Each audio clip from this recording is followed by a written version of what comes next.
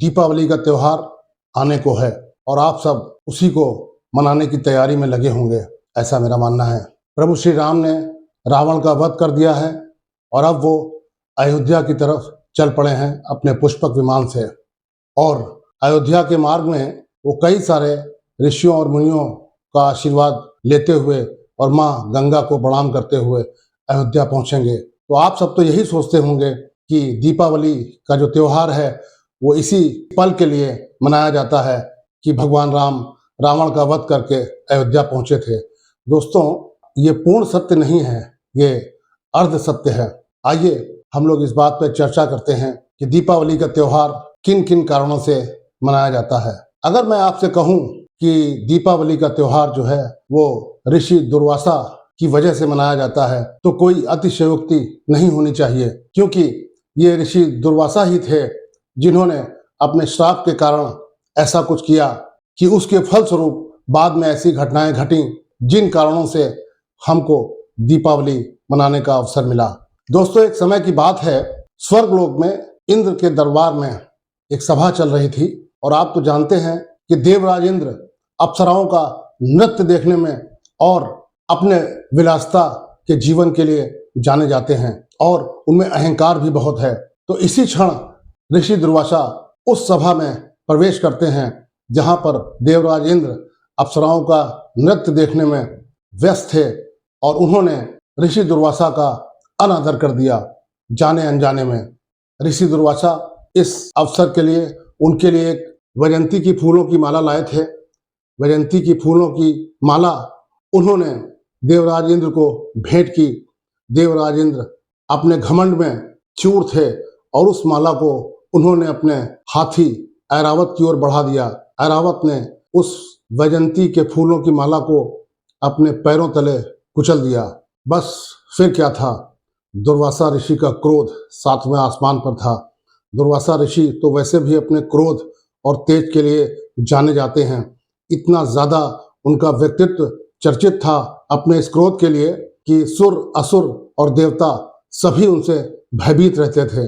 दुर्वासा ऋषि तो ऐसे थे कि उन्होंने भगवान श्री कृष्ण को भी एक बार श्राप दे दिया था और उसी श्राप के चलते भगवान श्री कृष्ण को अपनी धर्मपत्नी रुक्मिणी से 12 वर्षों तक दूर रहना पड़ा था। उन्हीं के श्राप के चलते द्वारका का पानी खारा हो चला था। तो ऐसे दुर्वासा ऋषि का अनादर करने की हिम्मत देवराज इंद्र में कैसे हुई ये तो भगवान ही जाने, लेकिन दुर्वासा ऋषि के क्रोध से वो बच नहीं सके। उन्होंने देवराज इंद्र को ये श्राप दिया, तू अपने अहंकार में, अपने विलास में, अपने वैभव में चूर है, जा तेरी ये सब चीजें विलुप्त हो जाएं और पूरा ब्रह्मांड जो है वो श्री विहीन हो जाए। बस फिर क्या था, दुर्वासा ऋषि के मुख से ये श्राप के शब्द निकलते ही तीनों लोग श्री विहीन हो गए। यानी वहां से जितने रत्न, आभूषण, धन, धान्य, जो भी विलासिता की चीजें थीं, जो भी विलासिता की वस्तुएं थीं, सब विलुप्त हो गईं। देवराज इंद्र को अपने किए पर बहुत पछतावा हुआ, लेकिन अब पछतावे से क्या होगा, अब तो श्राप का असर हो चुका था। दोस्तों, श्री का अर्थ होता है लक्ष्मी, या लक्ष्मी जी का एक नाम श्री भी है। दुर्वासा ऋषि के श्राप से माता लक्ष्मी भी विलुप्त हो गईं और उन्हें ब्रह्मांड छोड़कर जाना पड़ा। तो फिर कैसे माँ लक्ष्मी की पुनः उत्पत्ति होती है, कैसे वो पुनः अवतार लेती हैं, जन्म लेती हैं, इसकी कहानी मैं आपको बाद में सुनाऊंगा। उससे पहले जान लेते हैं भगवान श्री गणेश के बारे में। दोस्तों, वीडियो को छोड़कर कहीं मत जाइएगा, क्योंकि अभी बहुत सारी रोचक बातें हैं जो मैं आपको बताऊंगा। भगवान गणेश जी का जन्म नहीं हुआ था, माँ पार्वती ने उनकी रचना की थी और उस समय बाल्यकाल में उनका मुख जो है वो गज का मुख न होके एक सामान्य मानव का मुख हुआ करता था। माता हैं। पौराणिक कथा के अनुसार एक समय समस्त देवताओं में सर्वप्रथम पूजे जाने को लेकर विवाद हो गया और इस बीच सभी देवता अपने आप को सर्वश्रेष्ठ बताने में लग गए। काफी विवाद हुआ, तो इस विवाद को देखकर ये तय किया गया कि चलिए सब लोग मिलके शिव जी के पास चलते हैं और भगवान शिव ही इस बात का निर्णय लेंगे कि कौन प्रथम पूज्य है। तो भगवान शिव जी के पास जब ये पहुंचे तो उन्होंने इनके सामने एक शर्त रखी, जो भी सबसे पहले ब्रह्मांड के 7 चक्कर लगाएगा वही प्रथम पूज्य कहलाएगा। देवताओं ने शिव जी से इस विवाद को सुलझाने की प्रार्थना की। देवताओं की प्रार्थना सुन भगवान शिव ने एक योजना बनाई और उन्होंने एक प्रतियोगिता आयोजित की, जिसमें सभी देवताओं ने बढ़ चढ़कर हिस्सा लिया। प्रतियोगिता के मुताबिक सभी देवगणों को अपने वाहन पर बैठकर पूरे ब्रह्मांड का चक्कर लगाना था। इस प्रतियोगिता में जो भी सर्वप्रथम ब्रह्मांड की परिक्रमा लगाकर भगवान शिव के पास पहुंचेगा, वही सर्वप्रथम पूजनीय माना जाएगा। तो बस फिर क्या था, सभी देवतागण अपने अपने वाहनों से ब्रह्मांड का चक्कर लगाने के लिए निकल गए। और गणेश जी का वाहन तो आप जानते ही हैं, मूषक यानी चूहा। उस चूहे का नाम भी है, उसका नाम है डिंक। उसकी कहानी मैं अभी आपको थोड़ी देर में बताऊंगा।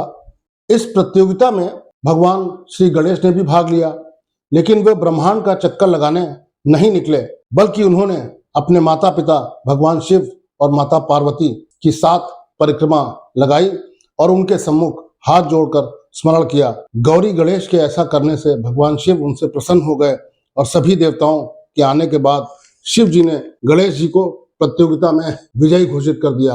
अब सभी देवता आश्चर्यचकित हो गए कि हम लोग तो पूरे ब्रह्मांड की परिक्रमा करने में व्यस्त थे, भगवान गणेश तो कहीं गए भी नहीं, उन्होंने यहीं पर रहकर सर्वप्रथम पूजनीय का दर्जा कैसे प्राप्त कर लिया।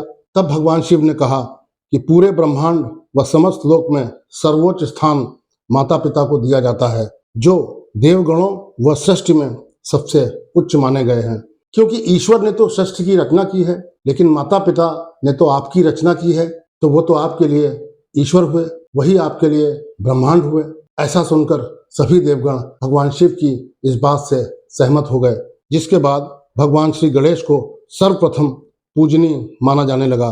तब से आज तक प्रत्येक शुभ कार्य व उत्सव से पूर्व गणेश वंदन को शुभ कार्य माना जाता है। मान्यता है कि भगवान गणेश जी का पूजन सभी कष्टों को दूर कर खुशहाली लाता है। किसी भी कार्य में विघ्न को हरने वाले हमारे भगवान गणेश जी ही तो हैं। तो अब भगवान गणेश प्रथम पूजनीय हो गए। अब मैं आपको गणेश नाम का अर्थ समझाता हूँ। दोस्तों, गणेश नाम जो है 2 शब्दों से मिलकर बना हुआ है, एक गण और एक ईश।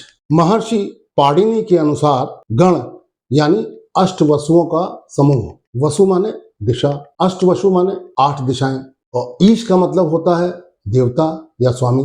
तो भगवान गणेश जो हैं 8 दिशाओं के देवता हैं। कोई भी देवता भगवान गणेश की अनुमति के बिना किसी भी दिशा से आगमन नहीं कर सकता। इसलिए किसी भी मंगल कार्य या देवता की पूजा से पहले भगवान गणेश की पूजा की जाती है, और भगवान गणेश की अनुमति के बाद ही बाकी देवता उस अनुष्ठान में, उस पूजा में, उस यज्ञ में पधार सकते हैं, ऐसा माना जाता है। तो दोस्तों, अब मैं आपको गणेश जी के वाहन जो कि मूषक है, इसे आम बोलचाल में हम लोग चूहा कहते हैं, उसकी गणेश जी के वाहन बनने की जो कहानी है वो मैं सुनाता हूँ।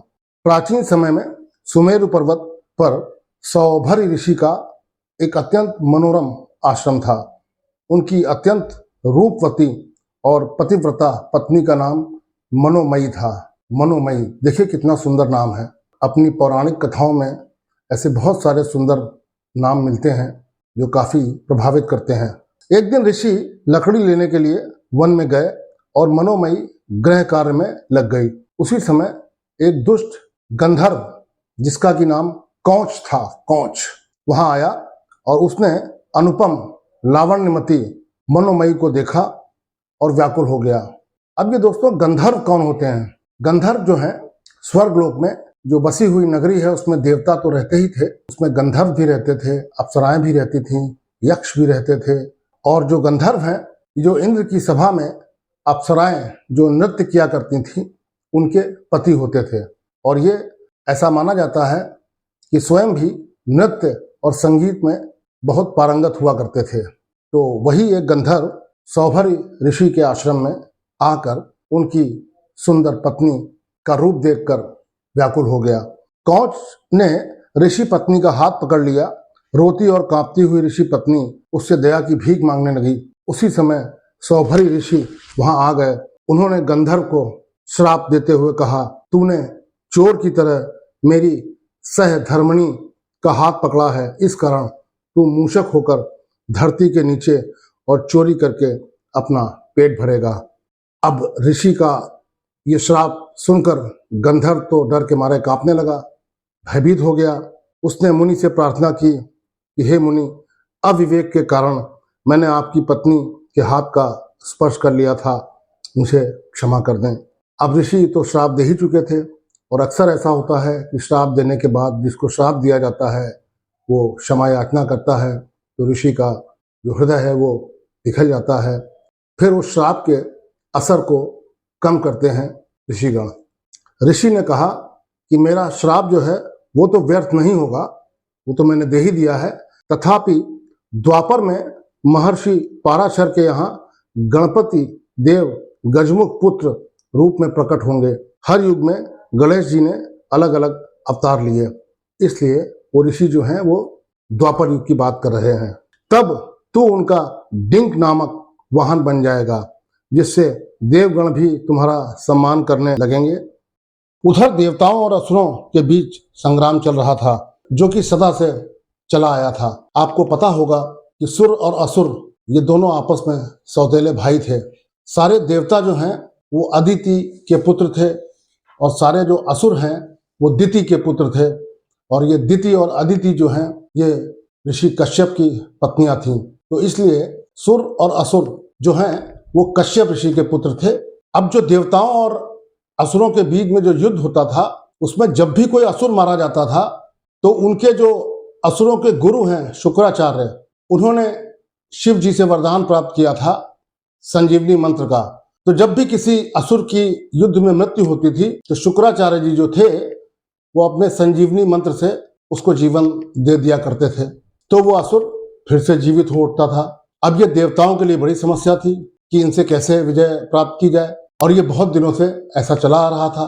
तो ये सारे देवतागण भागे भागे शिव जी के पास पहुंचे, विष्णु जी के पास भी गए। तो अंततः मंत्रणा के बाद ये निर्णय लिया गया कि एक समुद्र मंथन कराया जाए और उस समुद्र मंथन से जो अमृत निकलेगा वो देवताओं को दिया जाएगा, जिससे देवता जो हैं अजर और अमर हो जाएंगे। फिर इन्हें असुरों से युद्ध करने में कोई भी परेशानी नहीं होगी। तो इस वजह से समुद्र मंथन किया गया। अब उस समुद्र मंथन में बहुत सारी वस्तुएं निकली। उन्हीं वस्तुओं में से एक थी माता लक्ष्मी। आपको याद होगा जो दुर्वासा ऋषि ने श्राप दिया था कि तीनों लोग श्री विहीन हो जाएं, तो माता लक्ष्मी विलुप्त हो गई थी। तो उसके बाद से इस समुद्र मंथन में माता लक्ष्मी प्रकट होती हैं, उनका अवतरण होता है। और जिस समय माता का अवतरण होता है उस दिन भी अमावस्या की काली रात होती है। उसके बाद लक्ष्मी जी का तो हर अवतार में विष्णु जी से ही विवाह हुआ। तो बैकुंठ जाकर माता लक्ष्मी ने श्री हरि से यानी विष्णु जी से फिर विवाह किया और उनको माला पहनाई। तो इसी उपलक्ष्य में बैकुंठ वासियों ने इस पल को एक त्योहार की तरह बहुत खुशी से हर्षोल्लास से मनाया, और इस पर्व को मनाते हुए जलते हुए दीपों की श्रृंखलाएं भी बनाई। उसी त्योहार को दीपावली कहते हैं। दीपावली की शुरुआत बैकुंठ धाम से भगवान विष्णु माता लक्ष्मी के विवाह से जुड़ी हुई है। और यही बैकुंठ वासी जब पृथ्वी लोक आए यानी मृत्यु लोक आए, तब उन्होंने वही त्योहार वही पर्व जो बैकुंठ में मनाते थे यहाँ पृथ्वी लोक पर भी मनाना शुरू किया, जिसे दीपावली कहा गया। और इसी दीपावली के दिन, इसी कार्तिक मास की अमावस्या के दिन भगवान राम माता सीता और अपने छोटे भाई लक्ष्मण के साथ अयोध्या पहुंचे थे। तो उसको भी इसी पर्व से जोड़ दिया गया और दिवाली को और अधिक हर्षोल्लास के साथ मनाया जाने लगा। ये है इसकी पूरी सच्चाई। तो दोस्तों, देखा आपने, समुद्र मंथन के बाद लक्ष्मी माता ने पुनः अवतार लिया। और ये जैसा मैंने पहले कहा था कि सब कुछ दुर्वासा ऋषि के उस श्राप के कारण हुआ। न दुर्वासा ऋषि इंद्र की उस सभा में गए होते, न इंद्र के द्वारा उनका अपमान किया जाता, और न दुर्वासा ऋषि के द्वारा इंद्र को इतना भयानक श्राप दिया जाता। ये दुर्वासा ऋषि के श्राप का ही परिणाम है जो ये सब घटनाएं उत्तरोत्तर होती गईं, और अंततः माता लक्ष्मी का पुनः अवतरण हुआ, उनका विवाह श्री हरि से हुआ और हमको दिवाली या दीपावली मनाने का सुअवसर प्राप्त हुआ। अब इसी कथा को आगे बढ़ाते हुए आपको बताता हूँ कि किंवदंतियों के अनुसार माता लक्ष्मी ने भगवान विष्णु से एक चर्चा करते समय यह कहा था कि मैं धन, धान्य, ऐश्वर्य सभी चीज़ों का वरदान देती हूँ। मेरी कृपा से ही सभी भक्तों को सुख की प्राप्ति होती है। ऐसे में मेरी पूजा सबसे सर्वश्रेष्ठ होनी चाहिए। भगवान विष्णु ने माता लक्ष्मी के इस अहंकार को भांप लिया और इसे तोड़ने का निर्णय किया। भगवान विष्णु ने माता लक्ष्मी से कहा कि आप भले ही सुख समृद्धि प्रदान करती हैं, लेकिन किसी भी स्त्री को मातृत्व का सुख न मिलने से उसका नारीत्व अपूर्ण रहता है।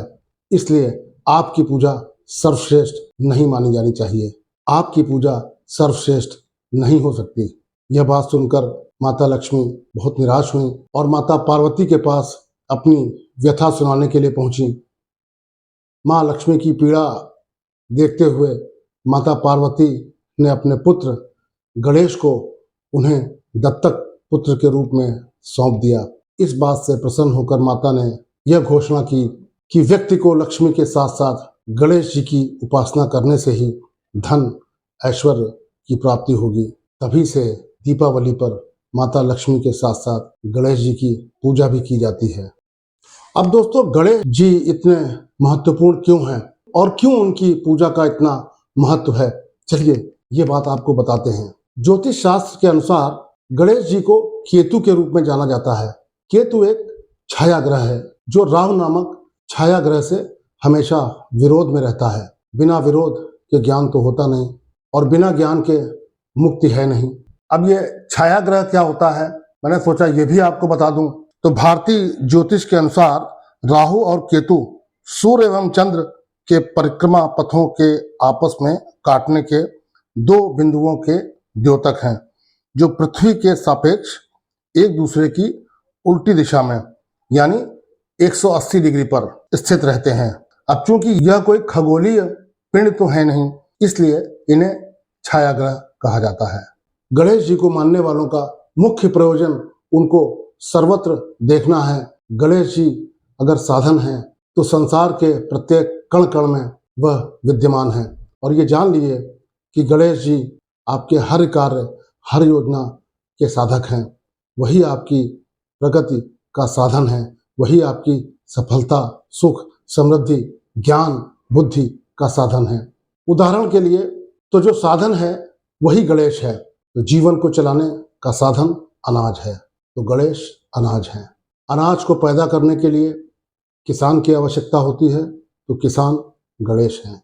किसान को अनाज बोने के लिए और निकालने के लिए बैलों की आवश्यकता होती है, तो बैल भी गणेश हैं। अनाज बोने के लिए खेत की आवश्यकता होती है, तो खेत भी गणेश हैं।